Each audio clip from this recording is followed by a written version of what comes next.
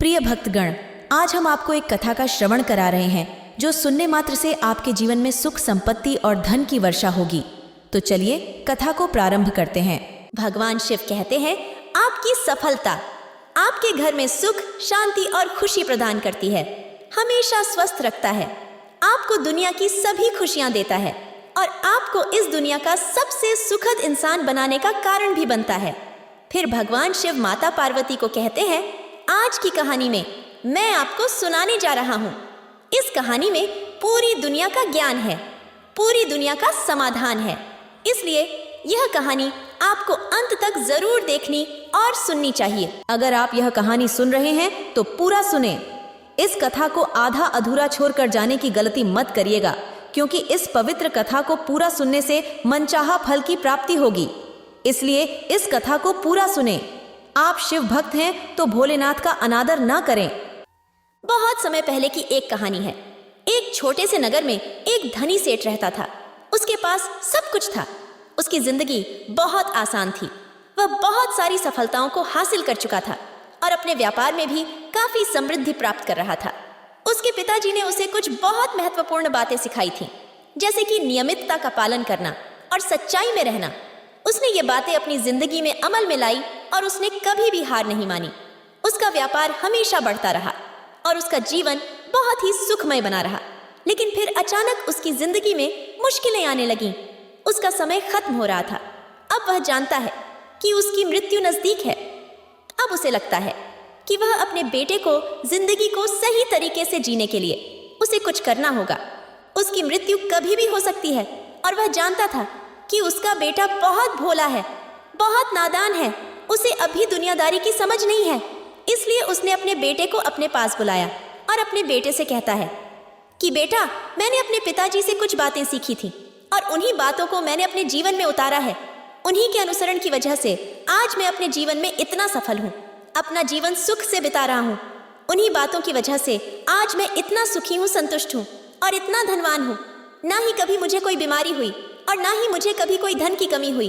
और तुम देख ही पा रहे हो कि मैं इस नगर का सर्वश्रेष्ठ धनवान व्यक्ति हूँ। लेकिन आज मेरे पास जो कुछ भी है उससे मैं संतुष्ट हूँ, मैं खुश हूँ। लेकिन मैं चाहता हूँ कि तुम मुझसे भी आगे बढ़ो, तुम मुझसे भी ज्यादा नाम कमाओ, मुझसे भी ज्यादा धन कमाओ, लोग तुम्हारे बारे में जाने, तुम्हें पहचाने, क्योंकि हमारा समय कुछ और था और तुम्हारा आने वाला समय कुछ और ही है। उसे समझते कहने लगा, बेटा, आज मैं तुमको दुनिया की ऐसी 4 महत्वपूर्ण बातें बताने जा रहा हूँ जो मुझे मेरे पिताजी ने बताई थीं और इसी के कारण आज मैं इतना सफल हूँ। यदि तुमने इन सभी बातों को अपने जीवन में उतार लिया, इनका नियमित तौर पर पालन किया, इनका अनुसरण किया, तो तुम भी अपने जीवन में अत्यधिक धनवान बन जाओगे, अपने जीवन को अत्यधिक सुख से भर लोगे। इन बातों के अनुसरण से ना तो तुम्हारे घर परिवार में कोई दुख आएगा और ना ही तुम्हारी व्यापार में कभी कोई परेशानी उत्पन्न होगी। इतना कहकर वह धनवान सेठ अपने बेटे को वो 4 बातें बताना शुरू करता है। वह कहता है, बेटा, सबसे पहली बात है कि काम पर छांव में जाना और छांव में आना। दूसरी बात, अपने घर के चारों तरफ चमड़े की बार रखना। तीसरी बात, हमेशा मीठा करके खाना। और चौथी बात, अपनी पत्नी को बांध कर पीटना। इतना कहकर वो धनवान सेठ अब निश्चिंत हो चुका था। तो ये जानता था कि उसका बेटा बहुत भोला है, वो अपने पिता की बात अवश्य मानेगा और इन सभी 4 बातों को वो अपने जीवन में उतारेगा और इनका अनुसरण भी करेगा। देखते ही देखते कुछ महीने बीत गए और फिर एक दिन वह धनवान सेठ मृत्यु को प्राप्त हो गया। अपने पिता की मृत्यु के बाद उस धनवान सेठ के बेटे ने उन सभी 4 बातों को एक कागज पर लिख लिया ताकि उन्हें भूल ना जाए और उन्हीं बातों को वो अपने जीवन में उतारने लगा। उन 4 बातों का अनुसरण करने लगा। सबसे पहली बात जो उसके पिता ने उससे कही थी, छांव में जाना और छांव में आना, तो उसने अपने घर से लेकर अपनी दुकान तक पूरे रास्ते पर एक टेंट लगवा दिया, क्योंकि उसके पास पैसा तो बहुत था और उसे कोई रोकने वाला भी नहीं था। अब जब कभी कोई उससे पूछता है, तुमने ऐसा क्यों किया, तो उसका जवाब सिर्फ इतना होता है, मेरे पिताजी ने मुझसे ऐसा ही करने को कहा था। इसके बाद उसने अपने पिता की कही गई बातों के अनुसार उसने अपने घर के चारों तरफ चमड़े की बार खड़ी करवा दी और अपने घर के दोनों तरफ चमड़े की एक दीवार खड़ी करवा दी। इससे देखकर आसपास के लोग बहुत भड़क गए। कुछ लोग उससे झगड़ा करने के लिए उतर आए और कई लोग ने उससे यह सवाल किया कि तुमने ऐसा क्यों किया? चमड़े की दीवार तुमने क्यों खड़ी करवा दी? चमड़े से बहुत बदबू आती है और इससे हमें तकलीफ होती है, इसे आज ही निकलवा दो। लेकिन कोई उसका कुछ भी नहीं बिगाड़ सका, क्योंकि उसके पास बहुत पैसा था। इसलिए कोई भी व्यक्ति उसका ज्यादा समय तक विरोध ना कर सका और उसने भी मन बना लिया था कि वो अपने पिता की सभी बातों को पूरे दिल से मानेगा। उसके पिता ने उसे तीसरी बात कही थी, मीठा करके खाना, जिसके कारण वह अपनी पत्नी से हर रोज खाने में कुछ मीठा ही बनवाता था। कभी सेवैया, कभी खीर, कभी हलवा तो कभी मिठाई। वो हमेशा यही सब खाता रहता था। और उसके पिता ने उससे जो चौथी बात कही थी, अपनी पत्नी को बांधकर पीटना, जिस कारण वो हर रोज अपनी पत्नी को बांधकर पीटा करता था।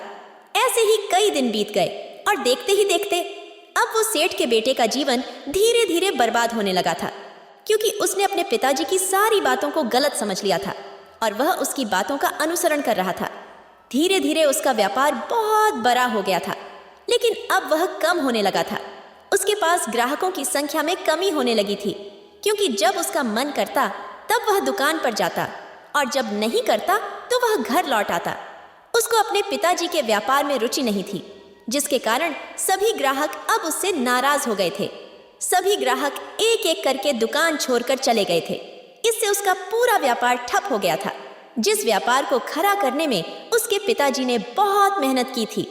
वह अब कुछ ही महीनों में पूरी तरह से बर्बाद हो गया था। अब उसका धन भी बहुत कम हो चुका था, जिस कारण वह बहुत चिंतित रहता था। और जो उसने चमड़े की दीवार खड़ी करवाई थी, उस कारण आसपास में बहुत गंदी बदबू फैल चुकी थी। इसलिए जो भी उसके आसपास रहते थे, उन सभी ने उधार से छोड़कर कहीं और पर अपना बसेरा बसा लिया था। चमड़े की बदबू के कारण अब उसके घर में भी कोई नहीं आता था।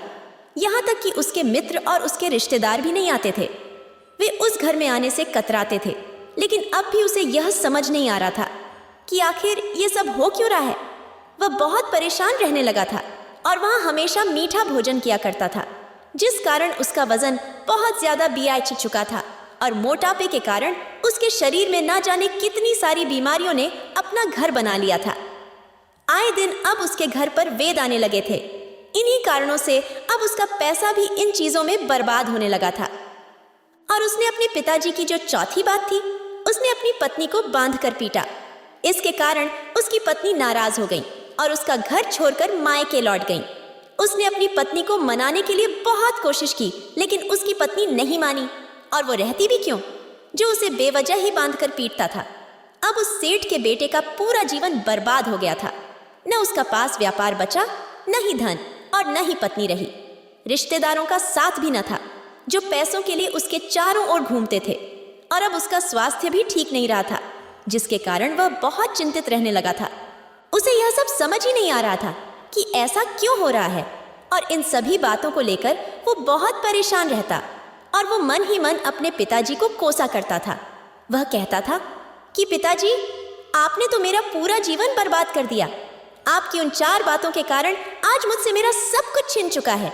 ना तो मेरे पास वो व्यापार रहा, ना ही धन दौलत, ना ही वो रिश्तेदार और ना ही मेरी पत्नी, और यहाँ तक कि मेरे स्वास्थ्य ने भी मेरा साथ छोड़ दिया है। आप ही के कारण आज मेरा पूरा जीवन बर्बाद हो चुका है। यदि मैंने आपकी वो 4 बातें ना मानी होती, यदि मैंने उन्हें अपने जीवन में ना उतारा ना होता, तो आज मैं एक खुशी भरे जीवन का अनुभव कर रहा होता। लेकिन मैंने आपकी वो बातें आंख बंद करके ग्रहण कर ली थी। इसमें मेरी भूल थी। जब वह रोता हुआ एक संत के पास गया, तो उस संत ने उसकी चिंता का समाधान करने का दावा किया। ये सुनकर उसकी आशा जागी। हे बाबा, कृपया मेरी मदद करें। मेरे पिताजी ने तो मेरा पूरा जीवन बर्बाद करके रख दिया। आज मेरी जो भी स्थिति है, वो सब मेरे पिताजी के कारण ही है। मेरे पिताजी ने मुझे जैसा कहा, मैंने वैसा ही किया। हमेशा एक अच्छे बेटे की तरह उनकी सारी बातें मानी, अपने सारे फर्ज निभाएं। और देखिए मेरे पिताजी ने मेरे साथ क्या किया। मरते मरते भी वो मुझे गलत बात सिखाए गए, और उसका खामियाजा मुझे आज भुगतना पड़ रहा है, क्योंकि मैंने उनकी सभी बातों को अपने जीवन में उतारा, उनका अनुसरण किया। और देखिए आज मेरे साथ क्या हो गया। मेरा तो पूरा जीवन ही बर्बाद हो गया। मैं अब तक ये नहीं समझ पाया कि मेरे पिताजी ने मेरे साथ ऐसा क्यों किया। यह कहकर वह उन संत के सामने और भी जोर जोर से रोने लगा। तब संत महाराज ने उस सेठ के बेटे से कहा, बेटा चुप हो जाओ, पहले मुझे अपनी सारी बातें बताओ। आखिर तुम्हारे साथ क्या हुआ है? तुम इस तरह से क्यों रो रहे हो? तुम्हारी परेशानी का क्या कारण है? उन संत के यह कहने पर उस सेठ के बेटे ने वह पर्ची उन संत के हाथ में रख दी। उस पर्ची में उसने अपने पिता की 4 बातें लिखी थीं, जिनमें सभी बातें सच थीं। संत ने पर्ची ली और पढ़ना शुरू किया। जैसे ही उन्होंने पढ़ा, वह जोर जोर से हंसने लगे। फिर उन्होंने सेठ के बेटे से कहा, तुम कितने बड़े मूर्ख हो! तुम्हारे पिताजी ने तो तुम्हें दुनिया का सारा ज्ञान दे दिया है, लेकिन तुम उसे समझ नहीं पाए। तुम उसका सही तरह से पालन नहीं कर पाए, और तुम कहते हो कि तुम्हारे पिता ने तुम्हें गलत राह दिखाई है, तुम्हें गलत संदेश दिया है। तुम्हारे पिताजी तो तुम्हारी परीक्षा ले रहे थे कि तुम उनकी बातों को समझ पाते हो या नहीं, तुम उनकी बातों का सही मतलब निकाल पाते हो या नहीं। यदि वह चाहती तो इसका मतलब तुम्हें अच्छी तरह से बता सकते थे, लेकिन वह चाहते थे कि तुम इन बातों का मतलब खुद से जानो, खुद से समझो कि इन बातों का क्या अर्थ है। लेकिन अब तो ऐसा प्रतीत होता है कि मानो तुम्हारी बुद्धि बिल्कुल भ्रष्ट हो चुकी है। तुमसे बड़ा मूर्ख मैंने आज तक नहीं देखा। जिसके पास इतना बड़ा ज्ञान हो, वह कैसे इतनी बड़ी मूर्खता कर सकता है? तुम्हारे पास कोई ज्ञान नहीं है, तुमने किसी भी ज्ञान को प्राप्त नहीं किया है। अगर तुमने इन बातों का सही मतलब समझ लिया होता तो तुम भी अपने जीवन में अपने पिता की तरह ही सफल हो सकते थे। तुम आज कुछ होते और तुम्हारा जीवन सुख से भरा होता। लेकिन तुम इतने बड़े मूर्ख हो कि तुमने अपने पिता की बातों का गलत मतलब निकाल लिया। तुमने उन बातों का अर्थ सोचा ही नहीं। जैसा कि उन्होंने कहा, तुमने वैसा करना शुरू कर दिया। अगर तुम्हें उन बातों का अर्थ नहीं पता चल रहा था तो तुम किसी ज्ञानी से सहायता ले सकते थे। तुम उससे उस बातों का मतलब जान सकते थे। लेकिन जैसा तुमने अपने पिता की इन बातों को समझा है, इसका मतलब वैसा नहीं है। इस पर वो सेठ का बेटा कहता है, हे बाबा, आप क्या कहना चाहते हैं? क्या मैं अपने पिता की बातों को सही नहीं समझ सका?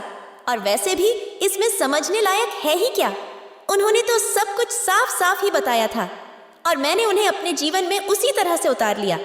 तो फिर मैंने गलत क्या किया है?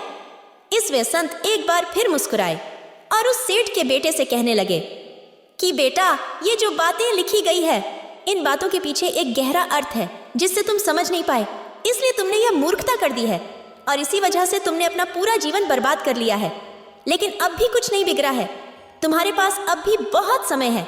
अगर तुम चाहो तो अब भी मेहनत करके तुम अपने जीवन में एक बार फिर से वह सफलता प्राप्त कर सकते हो। वह खुशहाली और समृद्धि सब कुछ हासिल कर सकते हैं। इस पर उस सेठ का बेटा कहता है, हे बाबा, कृपया मुझे इन 4 बातों का मतलब समझाइए। आखिर उन 4 बातों का क्या अर्थ है? संत महाराज इस पर कहते हैं, तुम्हारे पिताजी ने तुमसे कहा था कि छांव में जाना और छांव में आना। इसका मतलब है कि सूर्य निकलने से पहले ही तुम दुकान पर पहुंच जाओ और सूर्यास्त होने के बाद ही तुम वापस घर आओ। इससे तुम्हें दुकान पर अधिक समय मिलेगा। तुम उस काम को अच्छी तरह समझ पाओगे और उसे बेहतरीन तरीके से कर पाओगे। उस काम को बढ़ाने में तुम अपना दिमाग लगा पाओगे और तुम अपने काम में तरक्की कर पाओगे। लेकिन तुमने तो इसका गलत ही मतलब निकाल लिया। तुमने तो अपने ही घर से लेकर दुकान तक एक ऐसा टेंट लगवा दिया जिससे तुम छांव में आ सको और छांव में जा सको। अब तुम ही बताओ, क्या तुमने अपने पिताजी की इन बातों का सही मतलब समझा था? यह सुनकर वह सेठ का बेटा जोर जोर से रोने लगा और कहने लगा, हे बाबा, मेरी ही गलती थी। मैंने ही अपने पिता की इन बातों का गलत मतलब निकाला और इसी कारणवश आज मैं पूरी तरह से बर्बाद हो चुका हूँ। मैं ही सबसे बड़ा मूर्ख था। मेरे पिताजी ने तो मुझे इतना महत्वपूर्ण ज्ञान दिया था, लेकिन मैंने उस हीरे को पत्थर समझ लिया। आगे उसका बेटा उस संत से कहता है, हे बाबा, दूसरी बात का अर्थ क्या है? आगे वे संत दूसरी बात का अर्थ समझाते हुए कहता है, चमड़े की 12 करवाना। इसका अर्थ यह है कि तुम अपने घर में कुत्ता या बिल्ली पालो। जब तुम अपने घर में कुत्ता बिल्ली पालोगे तो यह तुम्हारे घर की चारों ओर से रक्षा करेगा। इससे तुम्हारी धन दौलत पूरी तरह से सुरक्षित रहेगी और तुम बेफिक्र होकर दुकान पर मन लगा सकोगे। इसका मतलब यह है। लेकिन तुमने तो चमड़े की 12 करवाने का मतलब कुछ और ही निकाल दिया। तुमने तो अपनी घर की 2 दीवारों को ही चमड़े से पूरी तरह से भरवा दिया, जिस कारण आसपास गंदी बदबू फैल गई। तुम्हारे आसपास के पड़ोसी भी अपना घर छोड़कर कहीं और चले गए। यहाँ तक कि तुम्हारे मित्र, तुम्हारे सगे संबंधी भी उस बदबू के कारण तुम्हारे घर पे आने से कतराने लगे। और अब हालत तो यह हो चुकी है कि ना तो तुम्हारे घर पर कोई आता है और ना ही कोई जाता है, और इसी कारणवश लोग तुम्हें नापसंद करने लगे। और तुम्हारी बर्बादी का यह भी एक कारण है। आगे वो सेठ का बेटा कहता है, और मेरे पिता की बातों के अनुसार हर दिन मीठा खाना चाहिए। आज देखिए मेरा वजन कितना हो गया है, इससे मुझे कई बीमारियां हो गई हैं। क्या मैं इसे भी गलत समझ रहा था? और फिर बाबा कहते हैं, हाँ तुमने गलत मतलब निकाला है। मीठा खाने का अर्थ यह है कि जब भी तुम्हें भूख लगे तब खाना चाहिए, ना कि उससे पहले या उसके बाद। अन्यथा तुम्हें भूख नहीं लगेगी और तुम्हें भोजन मिल जाए तो तुम उस भोजन की कभी कदर नहीं करोगे। फिर चाहे वो भोजन कितना भी स्वादिष्ट क्यों ना हो, तुम उसकी कदर कभी नहीं कर पाओगे। किंतु जब एक व्यक्ति को जोरों की भूख लगी होती है तो उसके सामने यदि तुम सूखी रोटी भी रख दो तो भी वो उसके लिए किसी स्वादिष्ट भोजन से कम नहीं है। वह उसे बहुत सी प्रेम पूर्वक खाता है, उसका आदर करता है। इसीलिए तुम्हारे पिताजी ने यह कहा था कि भोजन मीठा करके खाना, जिससे तुम्हारा स्वास्थ्य भी अच्छा रहेगा और व्यक्ति कभी बीमार नहीं पड़ेगा। लेकिन तुमने तो इसका गलत मतलब निकाला था। तुम हर रोज मीठा खाना शुरू कर दिया था, जिससे तुम्हारा वजन बढ़ने लगा। इसके कारण तुम्हारे शरीर में कई रोग घर बना लिए और यह तुम्हें मौत की ओर बढ़ा रहे हैं। इसलिए अब से जब भी तुम्हें बहुत ज्यादा भूख लगे तभी भोजन करना। यह तुम्हारे लिए बहुत फायदेमंद होगा और तुम्हारे शरीर को हमेशा स्वस्थ रखने में मदद करेगा। आगे उस सेठ का बेटा कहता है कि पर बाबा, चौथी बात तो बिल्कुल साफ लिखी गई है, अपनी पत्नी को बांधकर पीटा। तो क्या इसका अर्थ भी कुछ और है क्या? मैंने इसका भी गलत मतलब निकाला है। इस पर वह संत कहते हैं, हाँ बेटा, अपनी पत्नी को बांधकर पीटने का अर्थ ये नहीं है कि तुम रोज उसे बांधकर पीटाना, बल्कि इसका अर्थ तो यह कि जब भी तुम दोनों के बीच में कोई आपसी मतभेद हो जाए तो तुम अपनी पत्नी पर हाथ मत उठाना। जब तक कि एक स्त्री की कोई औलाद नहीं होती, जब तक वह स्त्री पूरी तरह से अपने मन को स्वतंत्र महसूस करती है, और जब एक ऐसी बच्ची पैदा होती है तब वह अपने रिश्तों में बंध जाती है। उसे अपने रिश्तों को पूर्णतः निभाने के लिए हर संभव प्रयास करना पड़ता है। और ऐसे समय में अगर तुम्हारे बीच कुछ मतभेद हो, कुछ गलतियां हो और तुम उस पर हाथ भी उठा दो तो भी वह तुम्हें कभी छोड़कर नहीं जाएगी, क्योंकि एक स्त्री अपने पति को छोड़ सकती है लेकिन अपने बच्चों को नहीं। इसका यह मतलब नहीं कि तुम्हें अपनी पत्नी पर हाथ उठाना चाहिए, बल्कि तुम्हें अपने रिश्तों को सुरक्षित रखने के लिए सतर्क रहना चाहिए और अपने रिश्ते को बचाना चाहिए, ना कि उसमें बांधकर पीटना चाहिए। पर तुमने तो उसे बांधकर पीटा था और यही कारण है कि वह तुम्हें छोड़कर चली गई। तुमने जो अपनी पत्नी के साथ किया वो माफी के लायक नहीं है, लेकिन तुम्हें अपनी पत्नी से माफी मांगनी चाहिए, क्योंकि तुमने गलत किया है। इसलिए जाओ और अपनी पत्नी से माफी मांगो, उसे वापस घर लाओ। और यही वो 4 बातें थीं जो तुम्हें तुम्हारे पिता ने समझाने का प्रयास किया था, लेकिन तुमने इस सब को गलत समझा और इसके कारण तुम पूरी तरह से सब खो बैठे हो। पर अभी भी तुम्हारे पास वक्त है। अगर तुम सबको सही से करते हो तो तुम अपने जीवन में एक नई शुरुआत कर सकते हो। ये सभी समस्याओं का समाधान है। तुम इसे किसी भी दृष्टि से देख सकते हो। अगर तुम सफल बनना चाहते हो तो मेहनत करनी होगी। सूर्य नहीं निकलने से पहले तुम्हें घर से निकलना होगा और सूर्य ढलने के बाद ही तुम्हें घर लौटना होगा। इससे तुम्हें अपने रिश्तों को मजबूती से जोड़ने में मदद मिलेगी, ताकि वो रिश्ते तुम्हें परेशान ना करें, तुम्हें तकलीफ ना पहुंचाए, तुम्हारा फायदा ना उठाएं और तुम्हें कभी नुकसान ना पहुंचा सके। और हमेशा एक अच्छा और स्वस्थ भोजन करना जब तुम्हें भूख लगी हो, और अपने रिश्तों को हमेशा बांध कर रखना, उन्हें खुला मत छोड़ना, अन्यथा वह तुम्हारे हाथ से फिसल जाएंगे। और अपने घर में अवश्य ही कुत्ते को जरूर पालना, ताकि तुम्हारा धन हमेशा सुरक्षित रहे। इन सभी बातों का अपने जीवन में अनुसरण करने के बाद तुम अपने जीवन में वो सब कुछ फिर से एक बार पा सकते हो जो तुमने आज तक खोया है। और हो सकता है कि तुम इससे भी अधिक उन्नति कर पाओ, इससे भी अधिक समृद्धि पा सको, अपने जीवन को खुशहाल और सुखमय बना सको। इतना बोलकर वे संत शांत हो गए और सेठ का बेटा भी अपनी सारी गलतियों को समझ गया था। उसने उन संत को प्रणाम किया और फिर अपने घर लौट गया। उसने उन सभी बातों को अपने जीवन में उतारा और सही से अनुसरण किया। उसके बाद से उसके जीवन में सकारात्मक प्रभाव आने लगे। उसने एक बार फिर से अपने व्यापार को खड़ा करने में सफलता प्राप्त की। उसने एक बार फिर से अपनी पत्नी को घर लाने में सफलता प्राप्त की और देखते ही देखते उसका जीवन सुखमय और आनंद से भर गया। इतना कहकर भगवान शिव इस कहानी को समाप्त करते हैं। इस वीडियो को बोलते समय कोई त्रुटि हो तो मैं क्षमा चाहती हूँ। उम्मीद है आप सभी को ये वीडियो अच्छी लगी होगी। अगर आप शिव के सच्चे भक्त हैं तो चैनल को सब्सक्राइब और वीडियो को लाइक करके कमेंट में हर हर महादेव लिख दीजिए।